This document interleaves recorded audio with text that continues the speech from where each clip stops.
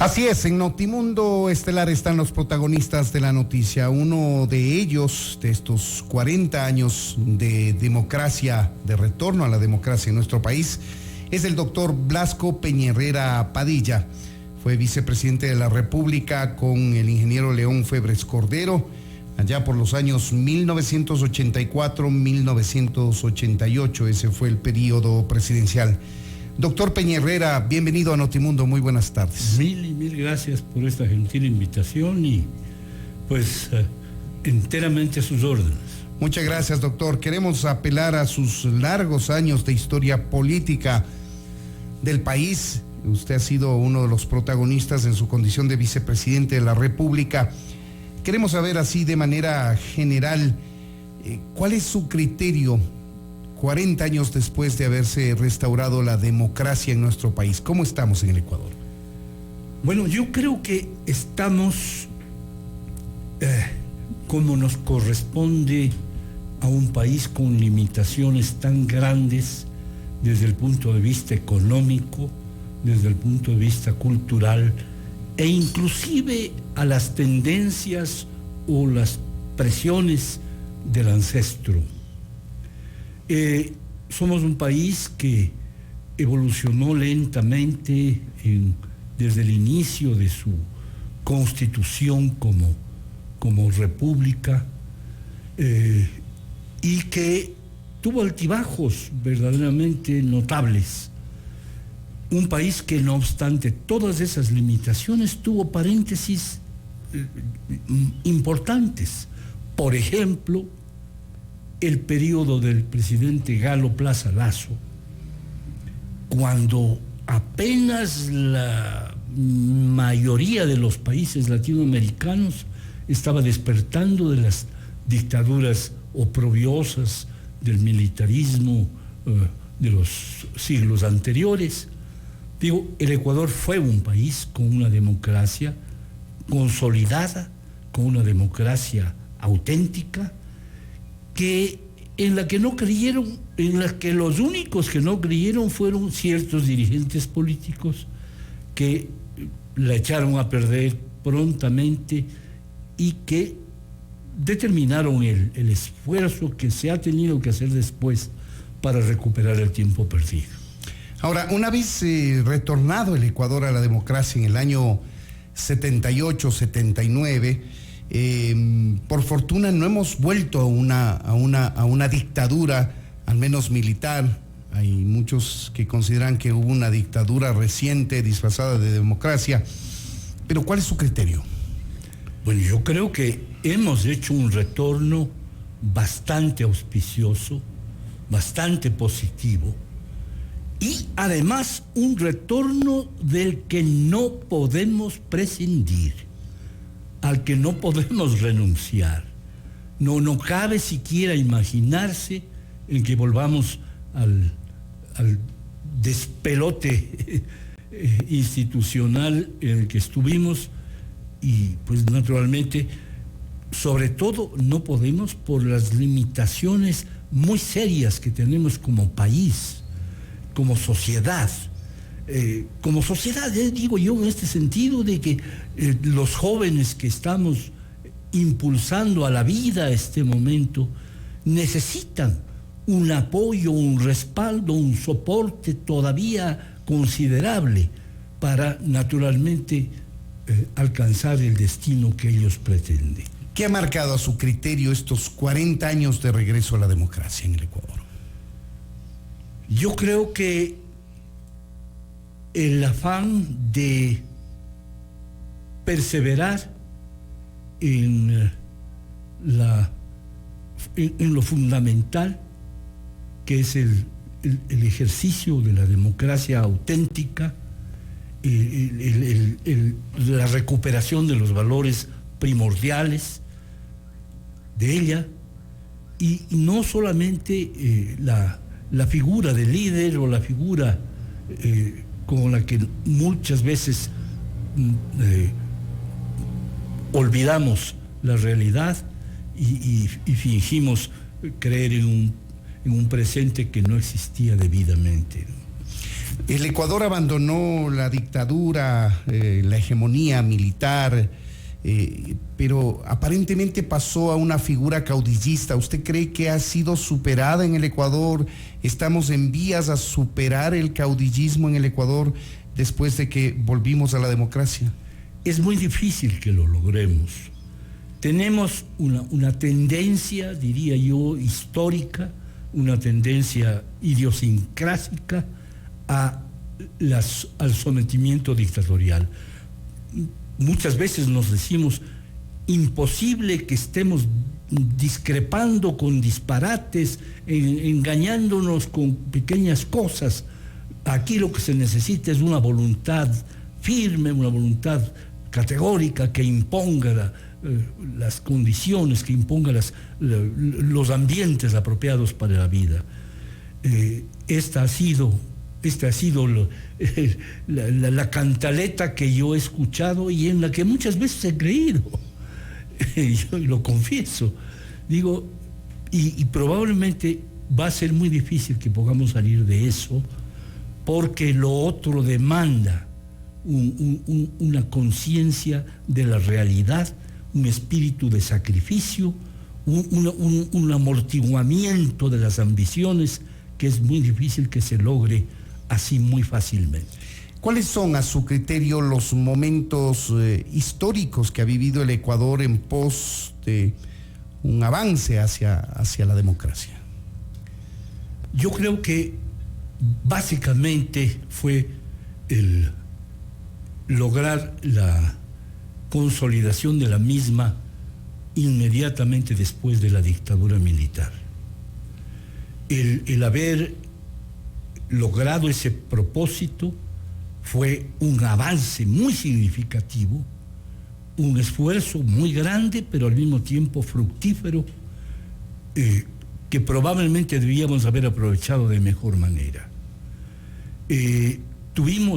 Hemos tenido figuras liderescas que en definitiva, pues en gran medida han contribuido a este propósito. Las figuras políticas de Osvaldo Hurtado, de León Febres Cordero, son figuras importantes que han contribuido con su esfuerzo, con su capacidad, con su aptitud a consolidar la aspiración democrática, aun cuando no hubiera sido el sistema propiamente dicho. El expresidente Osvaldo Hurtado, ya que lo nombra, tiene su libro sobre democracia en nuestro país y dice que la democracia está en ciernes aún en el Ecuador. ¿Usted cree que esto es así, que todavía no tenemos una democracia consolidada, sino que estamos caminando hacia ella?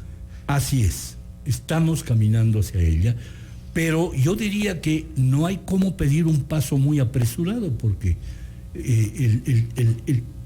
el camino es largo, el camino es complejo y requiere de esfuerzo y sacrificio, de resignación para avanzar tan cautamente como sea posible, sin caer en el precipicio, nuevamente en el precipicio de la dictadura. Usted que ha vivido tan cerca del mundo político, doctor Peña Herrera, nos sabrá decir cómo se vivían en aquellos momentos las relaciones políticas, económicas, sociales, en democracia, y cómo se viven ahora. ¿Qué diferencia usted puede advertir?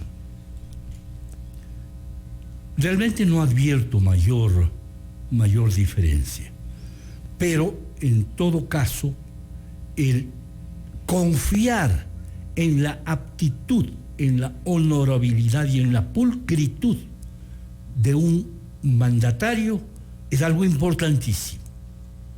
Si esto el país tiene, pues ha logrado o logra un resultado muy positivo.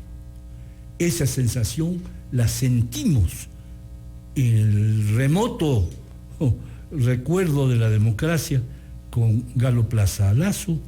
Ese mismo recuerdo lo sentimos en varios instantes en el manejo administrativo de sus sucesores, y bueno, espero que lo podamos volver a sentir permanentemente. ¿Usted cree que antes habían políticos más honestos que los políticos actuales, tomando en cuenta los escándalos de corrupción que hay ahora?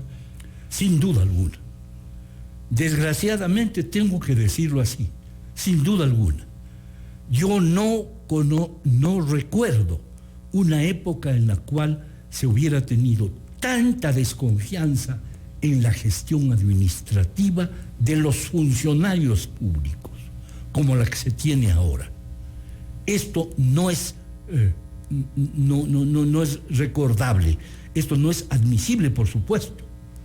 Y creo que debemos proponernos como objetivo fundamental el de recuperar la confianza en la gestión administrativa de los funcionarios públicos.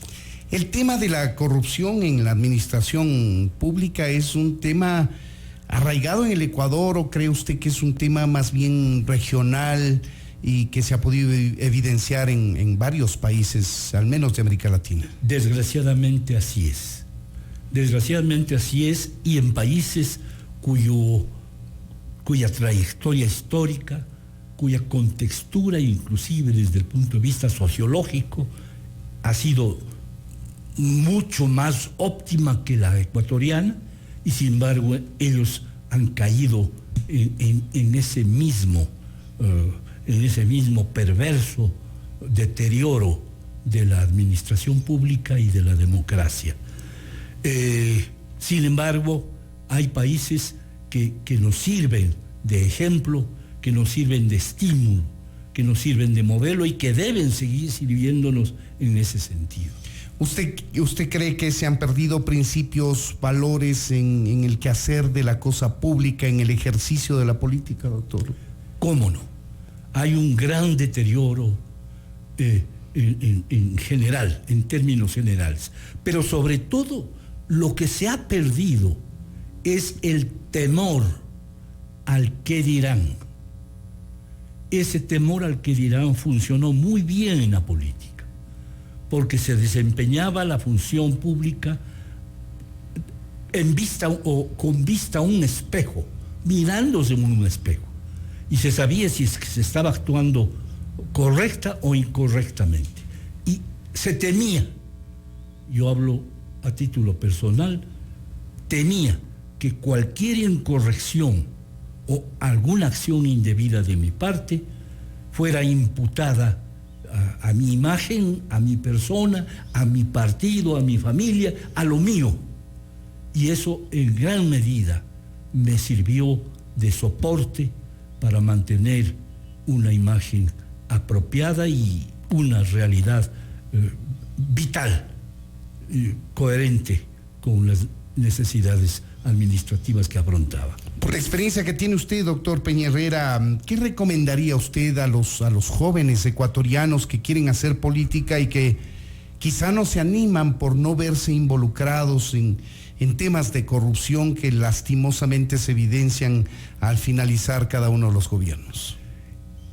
Fundamentalmente, yo creería que no se puede actuar en función de solitario en la política. Se debe actuar en equipo, se debe actuar en grupo, se debe actuar en partido. Uno de los grandes errores que hemos cometido es el de contribuir a la destrucción de los partidos políticos. Y digo contribuir porque por sus propios hechos, por sus propias responsabilidades, los partidos se han deteriorado. Pero hemos contribuido para deteriorarlos y para perder esa estructura fundamental de la democracia que son los partidos políticos.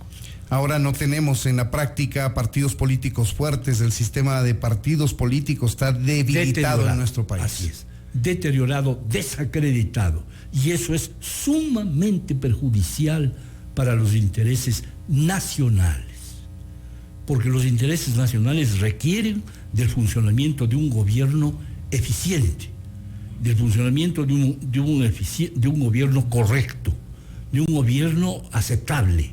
Sin eso, los países no funcionan.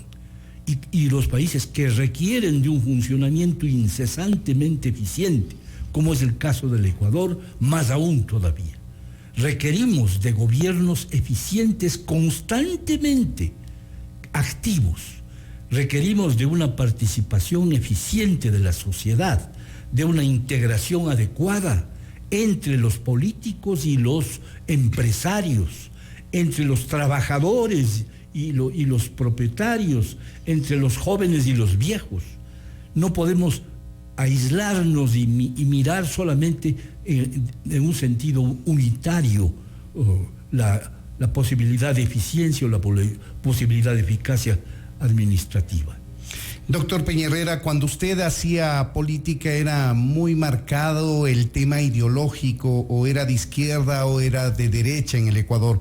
¿Usted cree que actualmente se han relativizado las ideologías y han empezado a cobrar menor valor desde los electores, si es de izquierda o si es de derecha el político?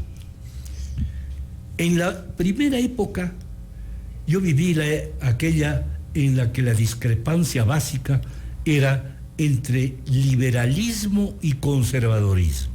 Uh-huh. Esa era la diferencia, pero luego se apreció que había una diferencia más importante todavía entre el liberalismo y el socialismo, y entre el socialismo y el comunismo, etcétera, etcétera. La cosa se fue complicando cada vez más. Y naturalmente, pues, las discrepancias esas que fueron de carácter ideológico, se volvieron de carácter económico, de carácter estratégico, en definitiva, se volvieron más difíciles de manejar, más difíciles de superar, porque esto es lo que se tiene que hacer. Porque lo que se tiene que hacer en un país no es insistir en el enfrentamiento ideológico, en el enfrentamiento partidista, sino conciliar el enfrentamiento partidista en términos aceptables para todos. Si es que no se logra esa armonía, esos términos aceptables para todos, pues naturalmente el desastre político es absolutamente inevitable. Una pregunta más bien de coyuntura, doctor Blasco Peña-Herrera. Sabemos que usted sigue de cerca también el tema político a través de los medios de comunicación precisamente. ¿Qué criterio le merece a usted el Consejo de Participación Ciudadana y Control Social, que ahora está en el centro del debate respecto de su eliminación o al menos restarle su capacidad nominadora? Sin duda alguna, ese Consejo de Participación Ciudadana y Control Social fue un recurso para neutralizar la ineptitud del Congreso o la ineptitud de la Asamblea llamada así ahora. Pero esto no tiene sentido. No tiene sentido de ninguna naturaleza. Si existe un Congreso, si existe una Asamblea, no tiene para qué existir un Consejo de Participación Ciudadana que lo único que hace es acelerar las decisiones, o más bien dicho, transformar en aceleradas y eficientes las funciones de la Asamblea. Lo que se tiene que hacer es tener un Congreso, tener una Asamblea propiamente dichos, que cumplan con su tarea, que cumplan con su labor, y luego que transfieran la responsabilidad administrativa a los órganos restantes, al Ejecutivo sin duda alguna, y a los organismos complementarios de la función ejecutiva. Ahora, normalmente al analizar a los gobiernos se analiza al presidente de la República por el sistema presidencialista que tenemos, pero quisiera invitarle a usted a que nos dé su criterio respecto a la función legislativa, por ejemplo. ¿Cuál ha sido el papel que ha desempeñado en estos 40 años de regreso a la democracia? Lamentablemente, un papel muy poco eficiente, muy poco apropiado. Hemos tenido o un Congreso que no sirve para nada, o un Congreso que pretende hacerlo todo, o anticiparse a todo. En definitiva, una y otra de las dos actitudes es negativa. Lo que tiene que hacer el Congreso es cumplir con su deber, naturalmente, en armonía, en conjunción con los órganos restantes, con el órgano judicial, con el órgano ejecutivo. Así diseñaron la democracia, así funcionó la democracia, así ha funcionado la democracia, así la democracia ha creado las regiones más prósperas del planeta, De manera que eso es lo que tenemos que tratar de hacer. Es decir, cumplir con el deber que corresponde a cada ejecutivo, a cada funcionario, a cada organismo del Estado. Y no de superponerse el uno al otro o de crear un mecanismo mágico diría yo, mágico brujélico, como este Consejo de Participación Ciudadana, que convierte a todos los demás en individuos de menor categoría o en seres virtualmente ineficientes. Ahí tienen ustedes, amigos oyentes, algunas de las ideas, definiciones, conceptos del doctor Blasco Peña Padilla, un protagonista de la historia política de nuestro país como vicepresidente de la República entre 1984 y 1988. Doctor Peña Herrera, muchas gracias por habernos atendido. Mil gracias por esta gentil invitación y mi más cordial estímulo para que prosiga usted y prosiga la organización llevando adelante la linterna del progreso, o como quiera llamársele a los medios de comunicación social, que son los que marcan la ruta y deben orientar el camino. Generoso concepto el suyo, doctor Peña Herrera, muchas gracias. Esto es Notimundo, amigos, siempre bien informados.